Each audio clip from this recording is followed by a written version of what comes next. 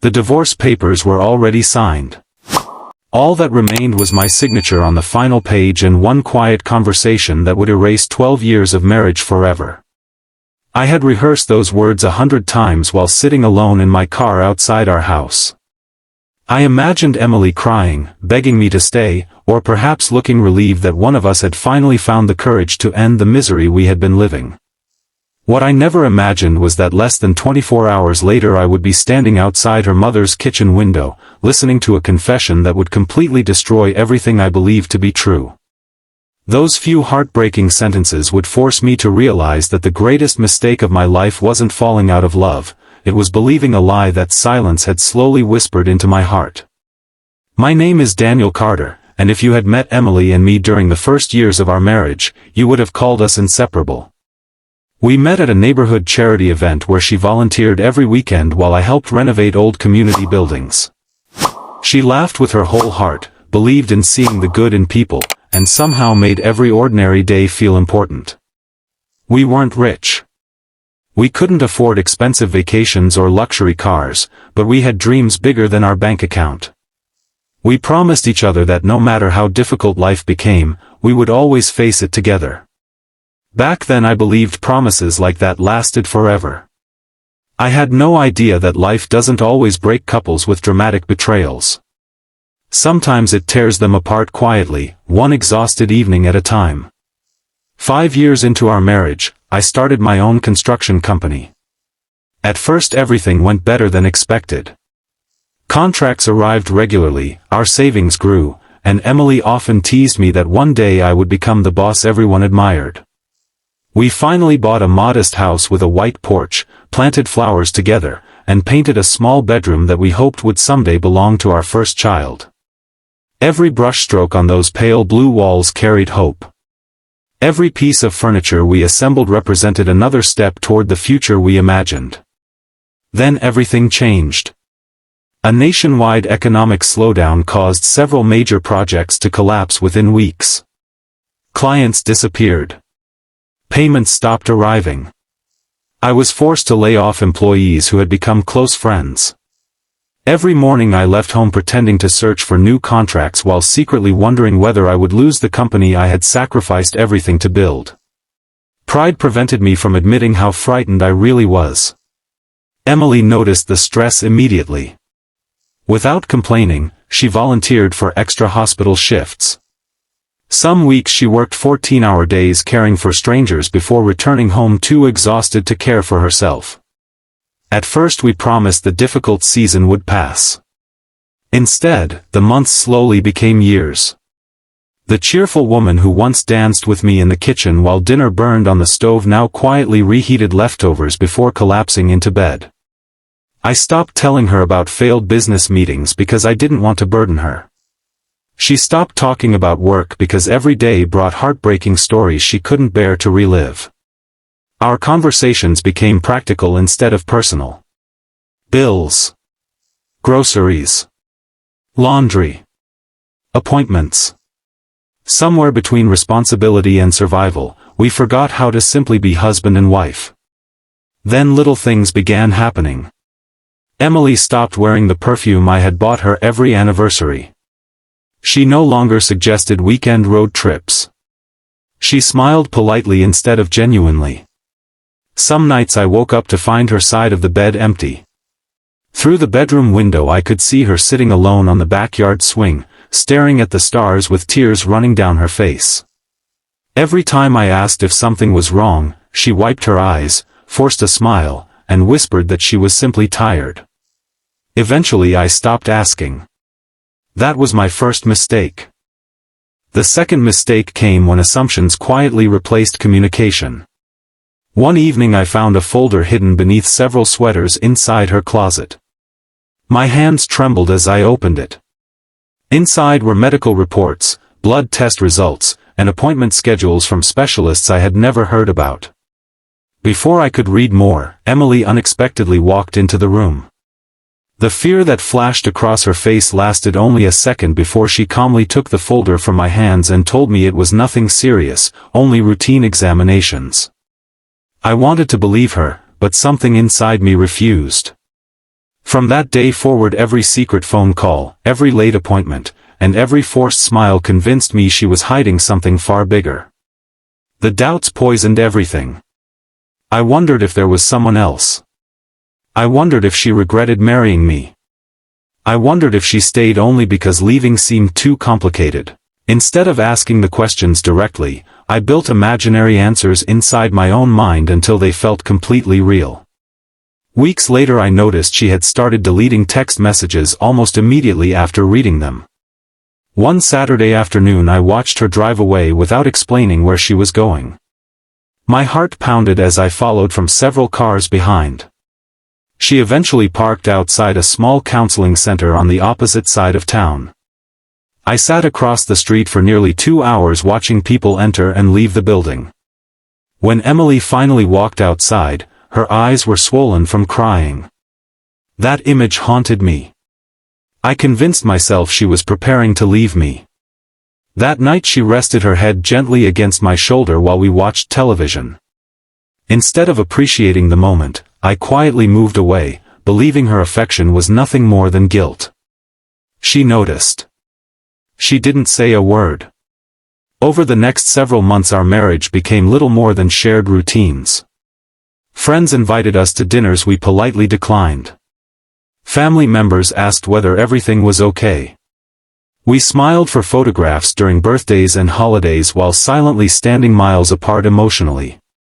One afternoon my older brother found me sitting alone at a diner after another failed business meeting.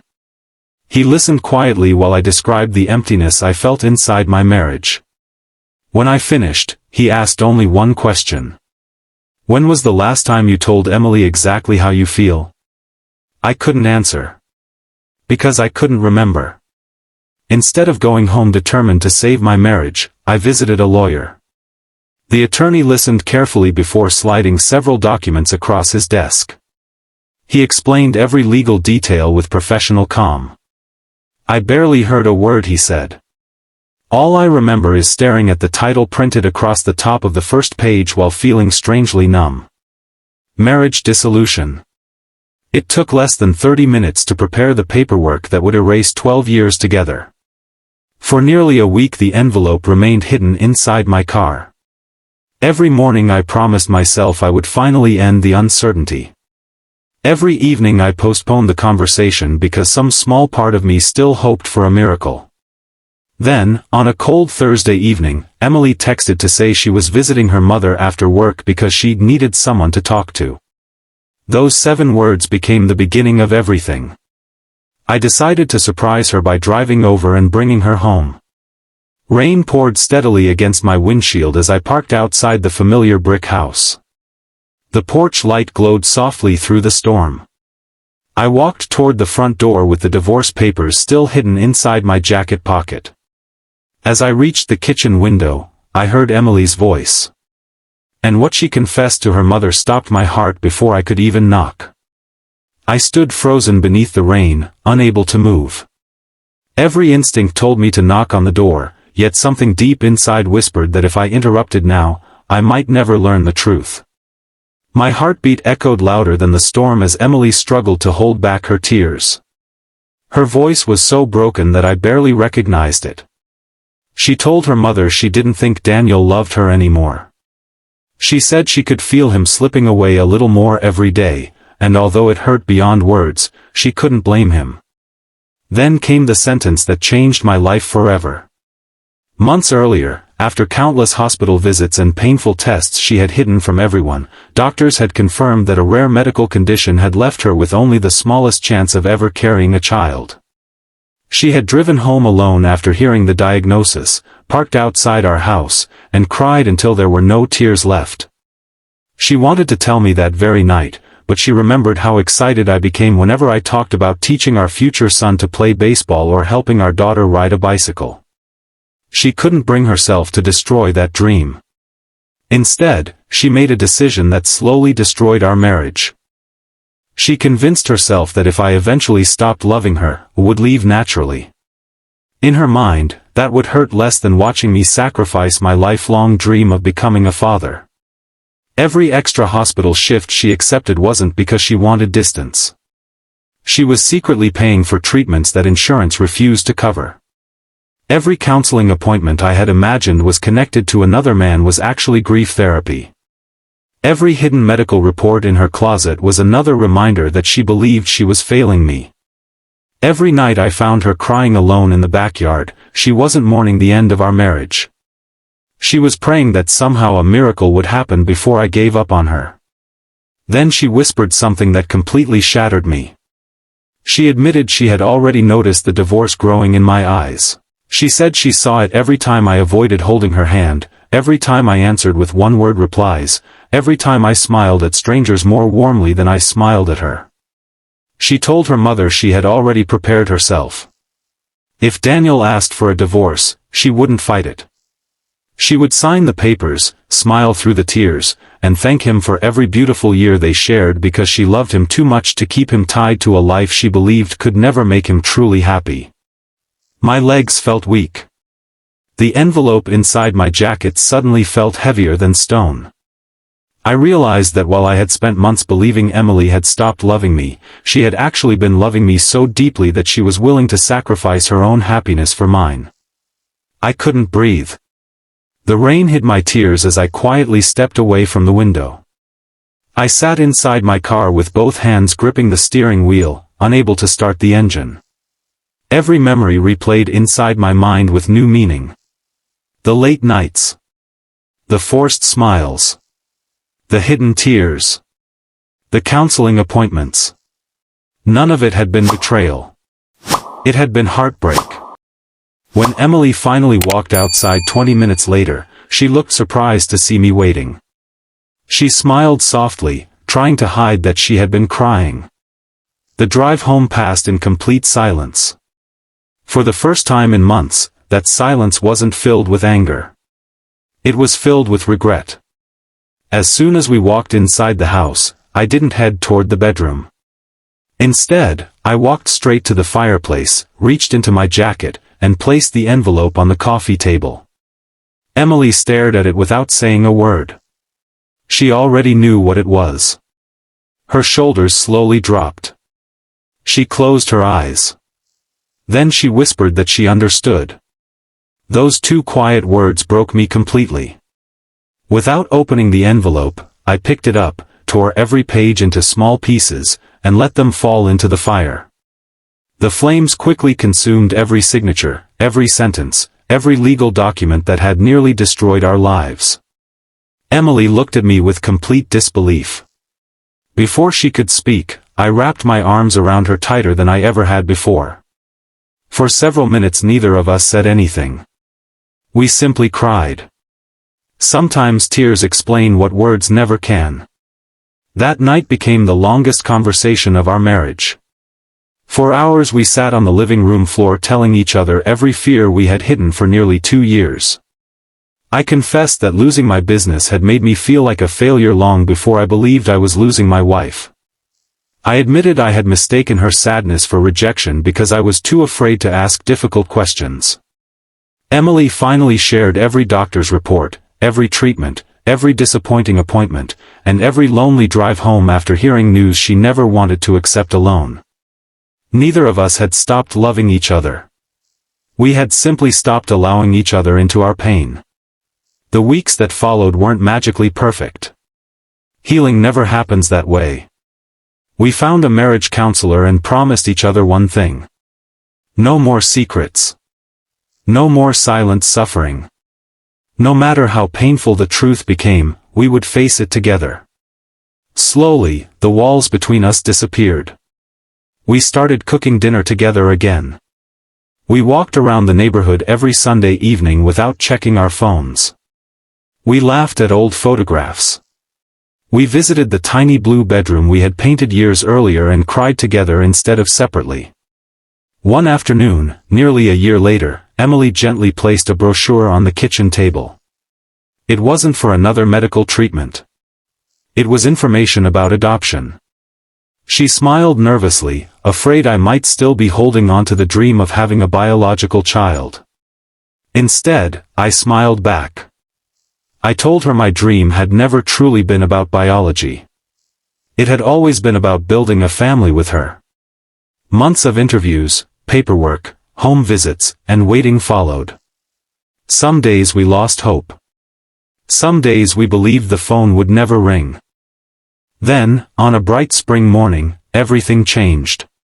A social worker called to tell us about a little 6-year-old girl named Lily. She had spent years moving between temporary homes after losing both parents in an accident. She loved drawing birds. She was terrified of thunderstorms. She hardly spoke to strangers. The first time we met her, she sat quietly at a small table coloring with broken crayons. She looked at us with cautious eyes that had already seen far too much sadness for someone so young. Emily knelt beside her and admired her drawing. Lily hesitated before handing her the picture. It showed 3 birds flying together beneath a bright blue sky. Emily asked why there were 3. Lily quietly answered that nobody should have to fly alone. There wasn't a dry eye in the room. Several months later, Lily officially became our daughter. The little bedroom that had remained empty for years finally echoed with bedtime stories, laughter, stuffed animals, and tiny footsteps racing down the hallway every morning.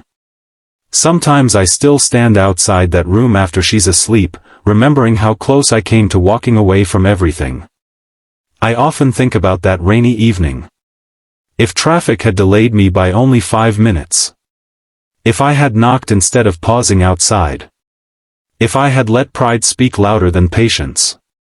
I would have lost the greatest blessing of my life. Looking back, I understand something I wish every husband and wife could hear. Silence is rarely empty. It is usually filled with fears, tears, sacrifices, and words someone desperately wants to say but doesn't know how. Love doesn't always disappear.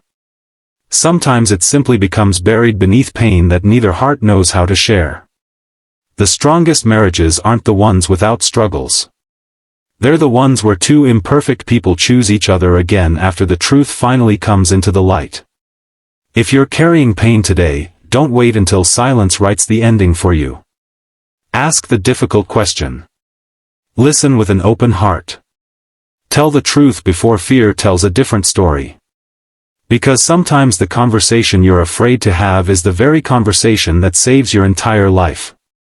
And every time Lily hugs us goodnight before running upstairs with the biggest smile on her face, I'm reminded that the happiest endings often begin on the day we almost gave up.